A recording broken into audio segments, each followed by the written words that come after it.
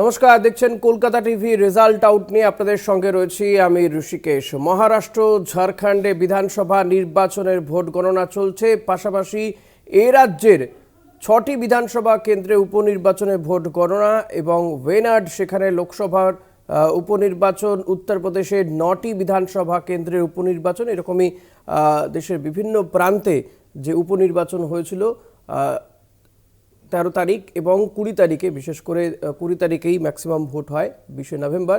তারই ভোট গণনা চলছে আজ এবং সেই ফল একে একে পাওয়া যাচ্ছে। ইতিমধ্যেই যেটা জেনে এলাম যে মহারাষ্ট্র এবং ঝাড়খণ্ডের ট্রেন্ড যা বলছে তাতে এনডিএ জোট কোথাও কোথাও এগিয়ে রয়েছে। মহারাষ্ট্র এখনও পর্যন্ত এনডিএ জোট 97টিতে এগিয়ে রয়েছে। অপরদিকে ঝাড়খণ্ডে দেখা যাচ্ছে যে এনডিএ 29টি আসনে এগিয়ে রয়েছে।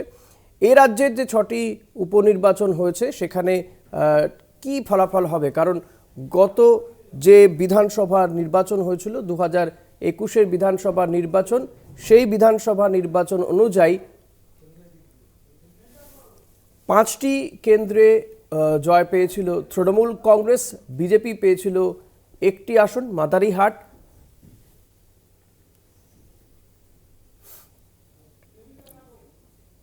আজকে কি হবে ফলাফল সেটাই আমরা জানতে পারবো। ইতিমধ্যে ভোট গণনা শুরু হয়েছে। ট্রেন্ড কিন্তু এ রাজ্যে যে 6টি কেন্দ্র ভোট হয়েছিল তার মধ্যে নৈহাটি এবং হাড়োয়া, এই জায়গাগুলোতে দেখা যাচ্ছে যে সকাল থেকে এগিয়ে রয়েছে তৃণমূল কংগ্রেস। বিজেপি কি তাদের একমাত্র আসন ধরে রাখতে পারবে বা তারা কি আসন বাড়াতে পারবে, নাকি তৃণমূল কংগ্রেসই 6-6 করে বাজিমাত করবে? সেই বিষয়গুলো যত সময় যাবে ততই কিন্তু এই বিষয়টি পরিষ্কার হবে। আমাদের সঙ্গে অতিথিরা রয়েছে, আমরা আলোচনাও করব, পাশাপাশি আপনাদেরকে প্রত্যেক মুহূর্তের আপডেট আপনাদের সামনে আমরা তুলে ধরব।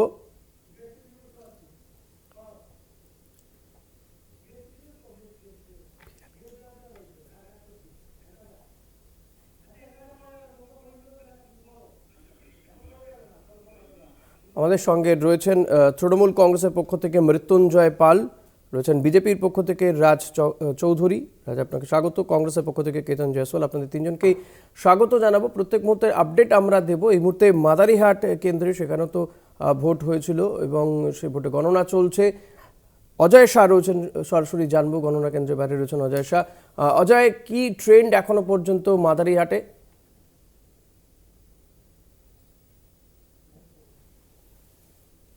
রাজ্যের 6টি আসনের পাশাপাশি আলিপুরদুয়ার জেলার মাদারিহাট যে বিধানসভার উপনির্বাচন হয়েছে, এই উপনির্বাচন কিন্তু খুবই গুরুত্বপূর্ণ উপনির্বাচন রয়েছে। কেননা এই যে মাদারিহাট সিট রয়েছে, এই মাদারিহাট থেকে তৃণমূল কিন্তু একবারও কিন্তু জয়লাভ করেনি। 2016 থেকে কিন্তু এই সিট 2বার বিজেপির দখলে ছিল। বিজেপির সাংসদ, বিজেপির বিধায়ক মনোজ তিগ্গা এখান থেকে 2বার জিতেছিলেন। তারপরে সম্প্রতি তিনি লোকসভা ভোটে দাঁড়িয়ে এবার তিনি সাংসদ হয়েছেন। তো স্বাভাবিকভাবে এই উপনির্বাচনটা খুবই গুরুত্বপূর্ণ রয়েছে। তৃণমূলের তরফে একদম কোমর বেঁধে তারা এই ভোট প্রচারে নেমেছিল, তারা ভোট প্রচার করেছিল। বিজেপিও কিন্তু কোমর বেঁধে ভোট প্রচারে নেমেছিল। আজ গণনা রয়েছে। আমরা রয়েছি সরাসরি আলিপুরদুয়ার জেলা শহরের ইনডোর স্টেডিয়ামে গণনা কেন্দ্র করা হয়েছে। সকাল থেকে কিন্তু এখানে কড়া নিরাপত্তা লক্ষ্য করা গেল। সকাল থেকে কিন্তু ভোট কর্মীরা যারা ছিল, বিভিন্ন পার্টির এজেন্টরা ছিল, তারা প্রবেশ করেছে কাউন্টিং সেন্টারে। গণনা শুরু হয়েছে। এখন পর্যন্ত কিন্তু কে এগিয়ে রয়েছে তা এখনও আমরা রিপোর্টটি পাইনি, কিন্তু গণনা শুরু হয়েছে। আর তোমাকে জানিয়ে রাখি, এই মাদারিহাট বিধানসভা কিন্তু খুবই গুরুত্বপূর্ণ রয়েছে। এখানকার যে চা বলয়ের ভোট ব্যাংক রয়েছে সেটাও কিন্তু একটি খুবই গুরুত্বপূর্ণ বড় ফ্যাক্টর। আর সকাল থেকে কিন্তু পুলিশের কড়া নিরাপত্তা, পাশাপাশি কেন্দ্রীয় বাহিনীর কড়া নিরাপত্তা, প্রশাসনিক আধিকারিকরা রয়েছে, তাদের উপস্থিতিতে এই মাদারিহাট বিধানসভার উপনির্বাচন গণনা চলছে। ঋষিকেশ, অজয়, একটা বিষয় জানতে চাইবো যে এই কেন্দ্র তুমি যেমনটা বলছিলে যে তৃণমূল কংগ্রেস একবারও জয় পায়নি, সে কারণে তারা ঝাঁপিয়েও ছিল। বিজেপি তারা কতটা আশাবাদী এই কেন্দ্র ধরে রাখার ক্ষেত্রে? দেখো, এই আলিপুরদুয়ার জেলা কিন্তু চা বলে অধ্যুষিত এলাকা, আর চা বাগানের নেতা হচ্ছে এখানকার সাংসদ রয়েছেন তৃণমূলের রাজ্যসভা সাংসদ প্রকাশ সিং বারাই, তিনি তৃণমূলের জেলা চেয়ারম্যান, জেলা প্রেসিডেন্টও রয়েছেন। পাশাপাশি যে বিজেপির যেখানকার মেন নেতা রয়েছেন মনোজ তিঘা, তিনি কিন্তু আলিপুরদুয়ারের সাংসদ রয়েছেন, পাশাপাশি এখানকার যে বিজেপি সংগঠন রয়েছে তার জেলা সভাপতি রয়েছেন। তো বলা চলে দুই সাংসদের কিন্তু এটা এবার লড়াই, আর লড়াইটা কিন্তু খুবই হাড্ডাহাড্ডি লড়াই হয়েছে। তারা দুই দলেরই কিন্তু এবার এই সিটটি দখল করার জন্য কিন্তু ঝাঁপিয়ে পড়েছিল, আর আজ গণনা চলছে। তার দুই দলেরই কিন্তু আশাবাদী যে এই সিটটি তারা পূর্ণ বহুমতে জয়লাভ করবে। ধন্যবাদ অজয়। কথা বলছিলেন আমাদের প্রতিনিধি অজয় শাহের সঙ্গে। অজয়, পরিস্থিতিকে নজর রাখো, নিঃসন্দেহে পরবর্তীতেও তোমার সঙ্গে কথা হবে কি ট্রেন্ড এবং গণনা যত এগোবে শেষ হাসি কে হাসে সেদিকে আমাদের নজর থাকবে। আমরা আমাদের যারা অতিথিরা রয়েছে তাদের সঙ্গে এই বিষয়গুলো নিয়েই আজকে আলোচনা করব। একে তো মহারাষ্ট্র 288 আসন বিশিষ্ট মহারাষ্ট্র বিধানসভায় এখনও পর্যন্ত যা ট্রেন্ড দেখা যাচ্ছে 97টিতে এনডিএ এগিয়ে, ইন্ডিয়া 51টিতে এগিয়ে, অন্যান্য 10টি আসনে এগিয়ে রয়েছে। ঝাড়খণ্ডে 81 আসন বিশিষ্ট বিধানসভা, সেখানে ইন্ডিয়া এগিয়ে রয়েছে 28টিতে, এনডিএ 29টি আসনে এবং অন্যান্যরা 1টি আসনে এগিয়ে রয়েছে বলে জানা যাচ্ছে। যে ফলাফল আমরা পাচ্ছি, সকাল 8টা থেকে ভোট গণনা শুরু হয়েছে। আমি মৃত্যুঞ্জয়কে দিয়ে শুরু করতে চাইব। মৃত্যুঞ্জয়, আমাদের রাজ্যে যে 6টি বিধানসভা কেন্দ্রে উপনির্বাচন হলো তার মধ্যে পাঁচটিতেই আপনাদের বিধায়ক ছিলেন বা আপনাদের দখলে ছিল। একটি মাত্র মাদারিহাট, যে মাদারিহাট কেন্দ্রের খবর আমরা নিলাম ওই মুহূর্তে, সেটি বিজেপির ছিল। এবার কি মনে করছেন, এখনো পর্যন্ত কি খবর আপনারা পাচ্ছেন? দেখুন, মানুষ ভোট দিয়েছে, কেন্দ্রীয় নির্বাচন কমিশন কেন্দ্রীয় বাহিনী দিয়ে ভোট করিয়েছে। একটা মিথ্যে অপপ্রচার ধরে লাগাতার 2-2.5 মাস ধরে চলেছিল, তারপরে ভোটদান হয়েছে। আমরা বিশ্বাস রাখি যে 6-0-তে আমরা জিতব। নিশ্চিতভাবে মানুষ কুৎসা অপপ্রচারকে পিছনে ফেলে উন্নয়নের নিরিখেই মানুষ ভোট দেবে, এবং সেই ভোটের নিরিখে যখন আজকে আপনি দেখবেন আমরা 6-0-তেই জেতার আশাবাদী। পরিষ্কার কথা যে আমরা দেখতে চাইছি যে এই যে উন্নয়নে মানুষ ভোট দিচ্ছে, তার সাথে আজকে যারা এই কুৎসা অপপ্রচার চালালো বিরোধীরা, তারা 2021-এর বিধানসভা নির্বাচনে যত পার্সেন্টেজ অফ ভোট পেয়েছে এই পার্সেন্টেজটা রাখতে পারলো কিনা। বাংলা যারা রাজনৈতিক সচেতন মানুষ তারা দেখতে চাইবে শুধু জেতা নয়, তৃণমূল কংগ্রেস জিতলো, তৃণমূল কংগ্রেস কত পার্সেন্টেজ ভোট বেশি পেল আমরা সেদিকে নজর রাখছি, এবং তার সাথে সাথে বিরোধীরা কত পার্সেন্টেজ ভোট নিল। যারা 10%, 11% পেয়েছে, যে বাম অতি বাম, যারা বাম অতি বামরা যারা এই বিভিন্ন ধরনের 3 মাস ধরে যে কুৎসা অপপ্রচার করেছে তার বিরুদ্ধে মানুষ ভোট দিচ্ছে কিনা, এইটা খুব দেখার, সারা বাংলার মানুষ, রাজনৈতিক সচেতন মানুষ এবং তৃণমূল কংগ্রেস আমরা যারা করি আমরা দেখি 6-0 জেতা নিয়ে আমরা আশাবাদী। মানুষ আমাদের ভোট দিয়েছে এবং আমরা বারবার বলছি, এবং শান্তিপূর্ণ ভোটদান হয়েছে। কেন্দ্রীয় নির্বাচন কমিশন কেন্দ্রীয় বাহিনী দিয়ে ভোট হয়েছে। তাই আমরা বারবার বলছি যে এইটা দেখার বিষয় আছে, এবং উন্নয়নের নিরিখেই ভোট দিয়েছে মানুষ, আমাদের বিশ্বাস। আর কিছুক্ষণের পরে মোটামুটি 11:30-12টার মধ্যে আমরা বুঝে যাবো যে নির্বাচন এখন তো খুব আর্লি কোন দিকে যাচ্ছে।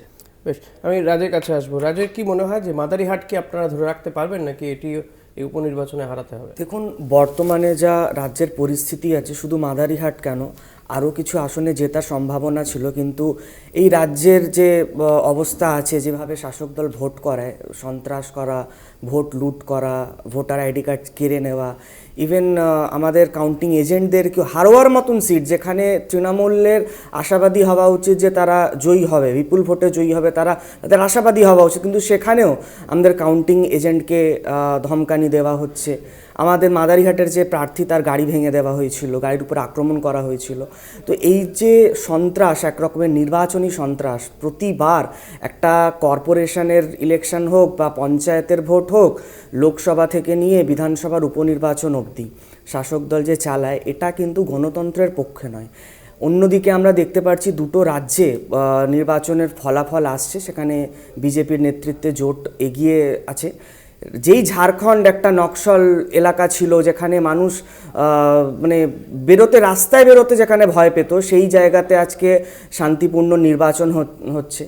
মহারাষ্ট্র, ওখানেও বেশ অনেক এমন নকশাল এলাকা ছিল, সেখানে এক দফায় শান্তিপূর্ণ নির্বাচন হচ্ছে, কোনো অভিযোগ নেই। কিন্তু পশ্চিমবঙ্গ, যে আজকে এই 5Gর যুগে যেখানে আইটি সেক্টরের কথা বলা হচ্ছে, এফডিআই এর কথা বলা হচ্ছে, সেই যুগে আজকে যদি পশ্চিমবঙ্গে এরকম ভোটের সন্ত্রাস হয়, সেই বিহারের জঙ্গলরাজের মতন যদি ভোট হয়, তো এটা নিশ্চয়ই গণতন্ত্রের পক্ষে নয়। এটা ভাবতে হবে। সাধারণ মানুষ তৃণমূলের বিরুদ্ধে একজোট হয়ে নেমেছিল। দ্বিতীয় কথা যেটা তৃণমূলের মুখপাত্র বলছিলেন, ভোট ধরে রাখার, দেখুন লোকসভা নির্বাচনের আগে একটি তারা ইন্ডি জোট তারা তৈরি করেছিল এবং বাম, অতি বাম সবাই তারা একসাথে বিজেপির বিরুদ্ধে নেমেছিল। আজকে যে তারা ইন্ডি জোট, যে সংখ্যাটা পার্লামেন্টে বলে 234, তারা নাকি একজোট হয়ে 234 চলে গেছে। তো এই 234-এর মধ্যে তারা সিপিএমকেও গোনে, তৃণমূলও আছে, কংগ্রেসও আছে এবং কিছু নকশালপন্থী দলও রয়েছে। তাই এখানে লোক দেখানি লড়াই আর দিল্লিতে গিয়ে মোদিজির বিরুদ্ধে একসাথে থাকবো, বিজেপিকে হারানোর জন্য সব রকমেরই কাজ করব, তো এটাই দ্বিচারিতা মানুষ বুঝে গেছে। এই নির্বাচনের ফলাফল আজকে ঝাড়খণ্ডে বিজেপির জয় তৃণমূলের মুখে একটা চিন্তার ভাঁজ ফেলবে এবং এই সিট জিতে যাওয়ার পর উপনির্বাচন যদি তারা জয়ী হয়, এখন তো ট্রেন্ড সেভাবে আসছে না, সেই জেতার পরেও কিন্তু তারা সেই হাসিটা তাদের মুখে থাকবে না, কারণ তারা বুঝতে পারছে মানুষের কি ট্রেন্ড। দেখা যাক। আমি কেতানের কাছে আসবো। কেতান, কিভাবে দেখছেন এই উপনির্বাচনকে? কতটা ভোট পার্সেন্টেজ আপনারা বাড়াতে পারবেন? কারণ বিধানসভা নির্বাচন বা তার আগে এই উপনির্বাচনের আগে লোকসভা নির্বাচনে বামেদের সঙ্গে আপনাদের জোট ছিল, এবার আর কোনো জোট হয়নি, আপনারা এককভাবে লড়াই করেছেন। না, ঠিকই, এটা একটা আমরা এককভাবে লড়েছি, কারণ আমাদের একটা সংগঠনটাকে একটা মানে যাচাই করা বা কেমন আমাদের স্ট্যাটাস, সেটার একটা দেখার বিষয়। তাছাড়া হচ্ছে যে এই রাজ্যে যে ভোটটা হয়েছে, মানে এটা কোনো সরকারকে বদলে দেওয়ার বা চেঞ্জ করার ভোট না, এটা হচ্ছে সরকারকে একটা মেসেজ দেওয়ার ভোট। তো এই আমাদের এটাই দেখার যে মানুষ কি মেসেজ দিতে চাইছেন এই সরকারকে। এই সরকার এটা একেবারেই মানে দুর্নীতি, মানে বলাই যেতে পারে এই সরকারের একমাত্র নীতি সেটা হচ্ছে দুর্নীতি, দুর্নীতি আর দুর্নীতি। দুর্নীতি হচ্ছে, তাছাড়া নারী নির্যাতনে আরজি করের এত বড় একটা ঘটনা আমরা দেখলাম সম্প্রতি। এছাড়াও যে মানে চারিদিকে যে মারামারি, হানাহানি, খুনোখুনি, দুর্নীতি, লুট, এগুলো যে চলছে সারা রাজ্যে, মানে পজিটিভ আপনি কোনো, আপনারা সাংবাদিক, আপনারা প্রত্যেক দিন যে খবরগুলো দেখান, সেখানে পজিটিভ কটা খবর দেখাতে পারেন, চেষ্টা করলেও দেখাতে পারেন না পজিটিভ খবর এই বাংলায়। সেই বাংলায় আজকে আমরা দেখব যে মানুষ কি মেসেজটা দিতে চান। এই রেজাল্টে তৃণমূল 6-6 হোক বা 0 হোক, সরকারে কোনো পরিবর্তন হবে না, কিন্তু এটা মেসেজ একটা জনগণ সরকারকে দেবে, সেটা আমাদের দেখার। এখন আর্লি ট্রেন্ড এখনও কোনো মানে কোনো রকম কোনো রিপোর্ট আসেনি আমাদের বাংলার ক্ষেত্রে। সো আছি, আমরা দেখছি কি রিপোর্ট দেয় মানুষ, কি মেসেজ দেয় মানুষ। কেতান, এই প্রসঙ্গে যদি বলি, মহারাষ্ট্র বা ঝাড়খণ্ডে সেখানে যা এক্সিট পোল ছিল তাতে আপনাদের আশাহত হওয়ার মতনই পরিস্থিতি, এবং এখনো পর্যন্ত যা ট্রেন্ড সেখানেও কিন্তু যেটুকুই বা ফল জানা যাচ্ছে, যদিও it is too early to say, কিন্তু তাতে আপনারা মানে ইন্ডিয়া জোট তারা পিছিয়ে আছে এনডিএ থেকে অনেকটাই দেখা যাচ্ছে। এইগুলো নিয়ে কি বলবেন? কারণ মহারাষ্ট্রের মতন জায়গাতে যেখানে বিজেপির বা এই বিজেপি নেতৃত্ব যে লড়াই বা বিজেপির যে নেতৃত্বাধীন যে জোট, সেই জোটের মধ্যেই একটা লড়াই, ফাটল, নানান রকম জল্পনা দেখা গিয়েছিল ভোটের আগে আগে, তো তারপরেও তাদের ফলাফল তো অন্য কথা বলছে। না, ঠিক, আপনার এই এতগুলো কথার মধ্যে একটা কথার সাথে আমি সহমত, সেটা হচ্ছে it's too early to say. এখনও মানে এই পোস্টাল ব্যালটটিও যে কমপ্লিট হয়েছে বলে এখনও বুঝতে পারছি না। তো যাই হোক, ওটা খুব টু আর্লি। এবার এক্সিট পোলের কথা যেটা বলছেন, এক্সিট পোল নানা রকমভাবে এক্সিট পোল এসছে। মানে একটা এক্সিট পোলে কংগ্রেস বা আমাদের যে অ্যালায়েন্স আছে সেটা 80 থেকে নিয়ে 180 অবধি দেখিয়েছে, মানে সবকটা এক্সিট পোল যদি মেলানো, তাহলে এই এক্সিট পোলের এখন কোনো বিশ্বাস নেই।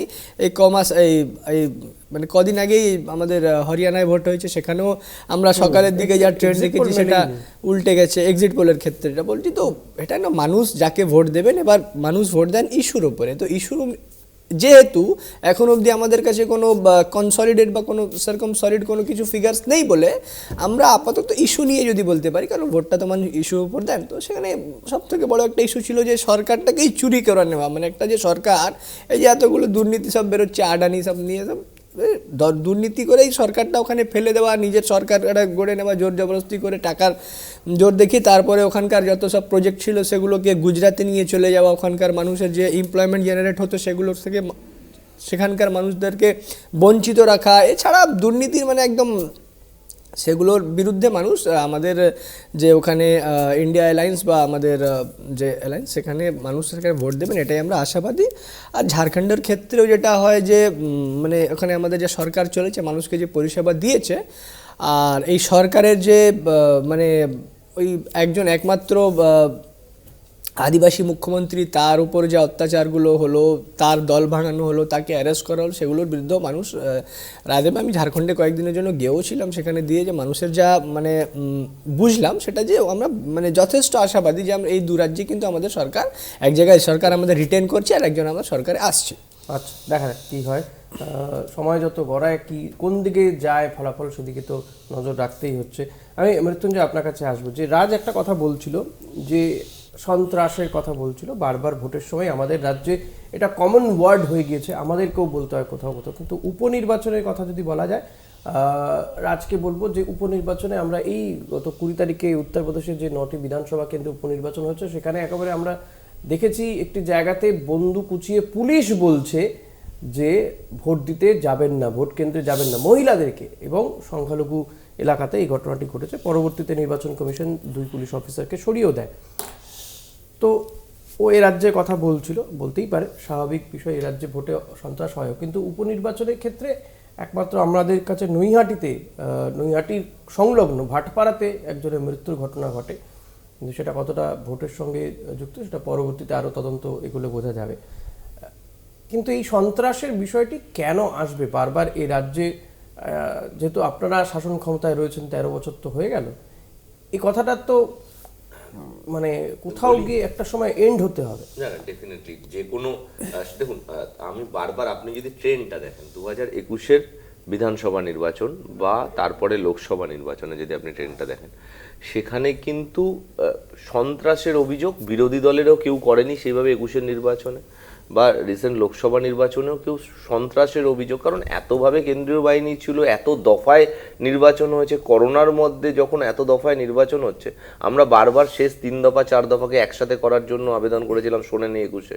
প্রধানমন্ত্রী থেকে স্বরাষ্ট্রমন্ত্রী, বিজেপির সর্বভারতীয় সভাপতি সবাই এসছে, সেখানে দাঁড়িয়ে সন্ত্রাসের সেরকম অভিযোগ ছিল না। লোকসভা নির্বাচনও সন্ত্রাসের সেরকম অভিযোগ ছিল না, সেখানে তৃণমূলের পারফরমেন্সটা দেখুন। তাই সন্ত্রাসের অভিযোগটা মানে ধোপে টিকছে না। দ্বিতীয় কথা হলো যে আপনি সন্ত্রাসের অভিযোগ করতেই পারেন, কিছু কিছু জায়গায় যদি বিক্ষিপ্ত কোনো ঘটনা ঘটে থাকে, তার দায়িত্ব তো শুধু শাসক দলের নয়, বিরোধী সমস্ত দলেরই, রাজনৈতিক দলের।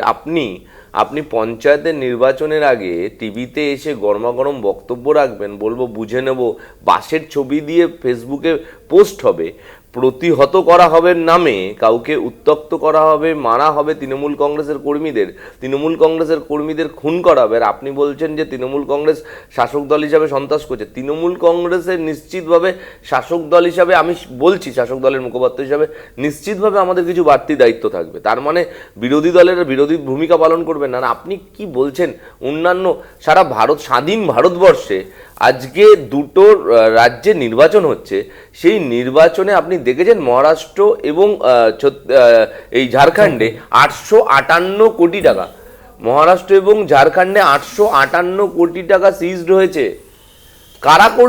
কারা এই টাকার মধ্যে এত বিপুল টাকা, এইগুলো কি ভোটকে প্রভাবিত করে না? সন্ত্রাস বলছেন, আপনি উত্তরপ্রদেশের উদাহরণ দিলেন। মানুষ যেখানে অন্যান্য রাজ্যের যদি টার্গেট করে রাখা হয়, আপনি গিয়ে ভোট কভার করবেন, ভোটের দিনে সন্ত্রাসের ছবি আপনি কলকাতা টিভিতে দেখাচ্ছেন। উত্তরপ্রদেশ থেকে আরম্ভ করে বিভিন্ন রাজ্যে যেখানে ভোটের আগে মার্ক করে রাখা হয় যে এরা বিরোধী, হয় এদের টাকা দাও, না হলে এদের ভোট দিতে বারণ করো। আসবো বাকিদের কাছে যাবো, একটা ছোট্ট বিরতিতে যেতে হবে, বিরতির পরে আবারও ফিরে আসবো। এই বিভিন্ন কেন্দ্রের যে গণনার কি আপডেট, সেই আপডেট আপনাদের দেবো এবং আলোচনাও চলতে থাকবে। একটা ছোট্ট বিরতি, সময় থাকবে।